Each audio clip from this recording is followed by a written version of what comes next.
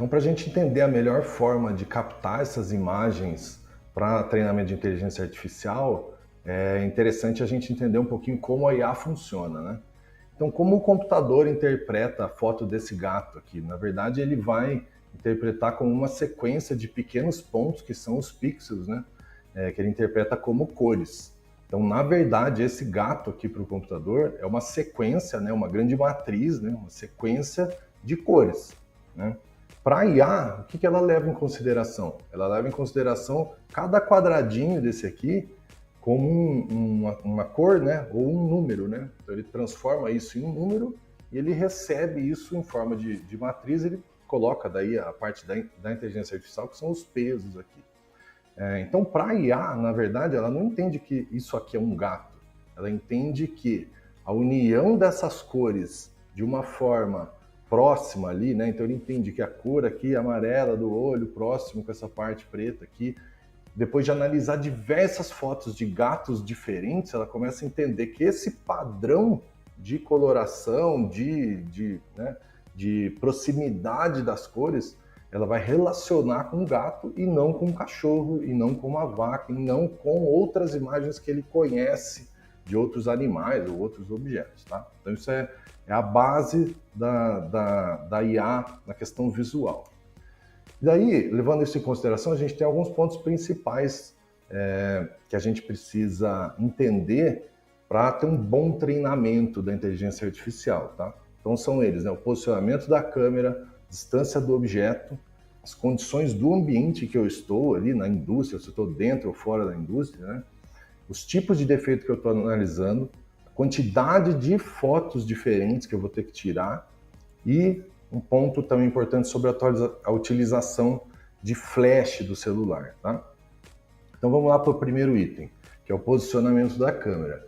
Então, quando a gente pensa em obter imagens para treinamento de inteligência artificial, o que a gente tem que pensar? Que o inspetor ele pode estar em posições diferentes com o celular perante aquele objeto. Então a gente sempre tem que imaginar que esse objeto ele está no centro de uma esfera ali e que esse entorno aqui da esfera são as posições, né, as possibilidades de posições em que o inspetor pode estar quando ele estiver tirando foto daquele objeto. O que é isso na prática, tá? Isso na prática quer dizer que dependendo da posição em que eu estou, eu vou ter variações de cor e de detalhes aqui do objeto que podem ser vistos de um lugar e de outro não. Então, como a gente falou lá no começo, que a IA é baseada nessa questão de coloração, né, de diferenças de cor ali, dos pixels, né, você pode notar que, por exemplo, se eu tirar uma foto de cima, aqui no caso de cima para baixo, eu vou ter uma coloração mais clara, nesse caso aqui, nesse exemplo, por causa da luz. Eu tenho um ponto aqui de iluminação também, um flare, né? E, pelo contrário, aqui, se eu tirar uma foto de cima para baixo, eu vou ter uma superfície mais escura.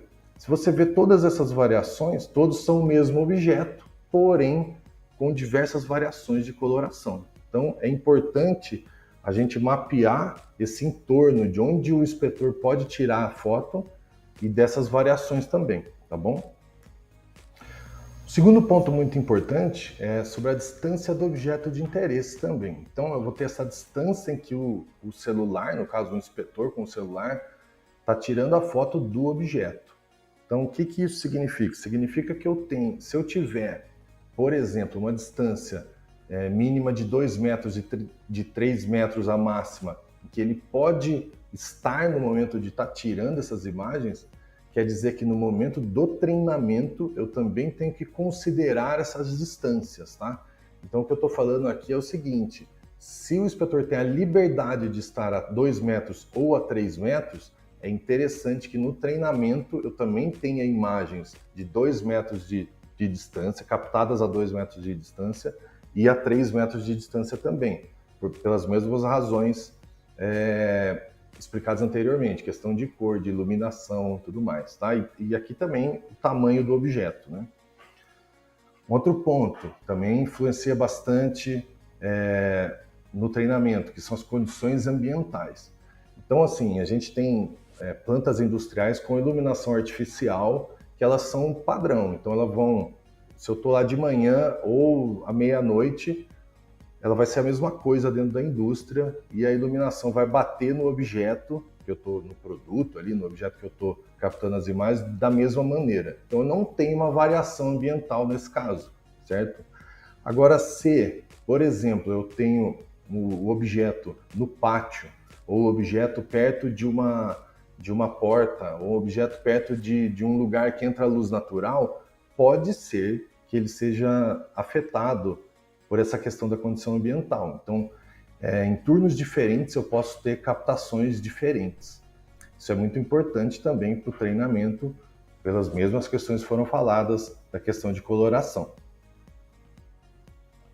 E aqui é um tópico bem importante, que é sobre a quantidade de fotos. Então sempre nos perguntam qual que é o limite mínimo de fotos aqui que tem que ser tiradas para o treinamento.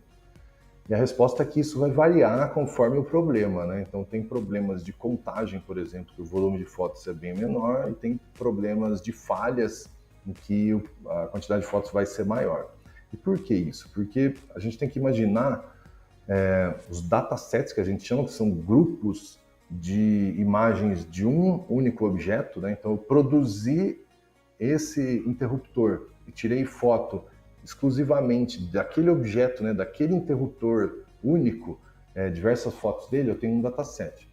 O que eu tenho que fazer aqui? A gente tem que tirar amostras diferentes de produtos, tá? Então, eu produzi de um lote X, depois do lote Y, do lote Z, um foi produzido de manhã, outro de noite. Então, eu vou pegar essa variabilidade de produtos ali e vou obter fotos de objetos diferentes, tá? Isso é importante.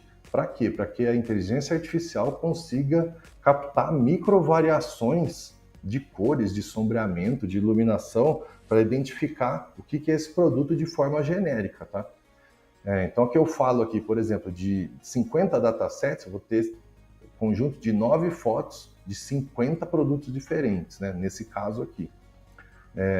E aí, o que é importante? Se eu estou buscando identificar uma falha, por exemplo, eu quero identificar uma trinca aqui nesse interruptor.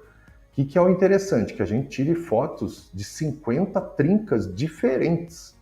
Para quê? Para que a inteligência artificial consiga entender as variabilidades do que é aquele problema que é a trinca, tá? Então, para ele conseguir diferenciar, por exemplo, do que é uma trinca para um produto ok, para uma mancha, né, para uma falta de componente. Então, para cada um eu vou ter que ter esse conjunto de fotos para esses casos. E o que é importante aqui? A proporcionalidade. Então, se eu tenho lá, nesse caso aqui, cara, quase 500 fotos aqui de um produto ok, eu vou ter que ter quase 500 fotos de um produto falho. Não adianta eu ter 500 fotos do produto ok e 10 fotos de falha. Na prática, o que a gente faz é usar. Se for enviado nessa proporção, vai acabar utilizando 10 fotos de ok e 10 fotos de falha. Então isso não adianta, tá? A gente tem que ter essa proporcionalidade. Isso é muito importante. E por fim, aqui a utilização de flash. Então, geralmente tem dois casos aqui que são mapeados, que a gente mapeou de utilização de flash, que é obtenção de fotos do período noturno, em que a iluminação da planta ou do local for ruim, e iluminação por flash em local em que o produto, né, por exemplo, um produto grande em que o inspetor tem que ir abaixo do produto e tirar uma foto. Às vezes a iluminação não pega ali, então o ideal é que ele utilize o flash do celular para tirar essa foto. Qual que é o ponto importante? Se na prática, na operação, tiver a necessidade de utilização do flash, na hora do treinamento tem que ser utilizado o flash também para treinar, tá? Então não adianta a gente treinar sem flash e operar com flash ou o contrário. Isso aí não vai funcionar. É bom mapear isso antes também. Alguns exemplos aqui, então a gente tem 3 ângulos aqui só, mas já dá para notar essas variações, tá? Tanto da luz aqui, né? Nesse caso, você vê que com uma pequena variação a luz já vem para cá. Aqui não tem, né? E casos também, aqui eu não vejo a lateral, aqui eu vejo a outra lateral. Então, você vê que em 3 ângulos aqui da mesma peça eu já tenho uma variação grande, tá?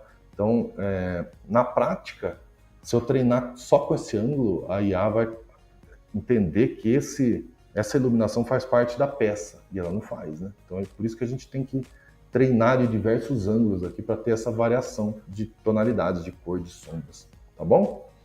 Espero que tenha ajudado, a gente fica à disposição de vocês, se surgir qualquer dúvida, tem o contato do suporte ou o contato direto que você tenha com algum membro da nossa equipe, tá bom? A gente fica à disposição de você. Obrigado, um abraço e até breve.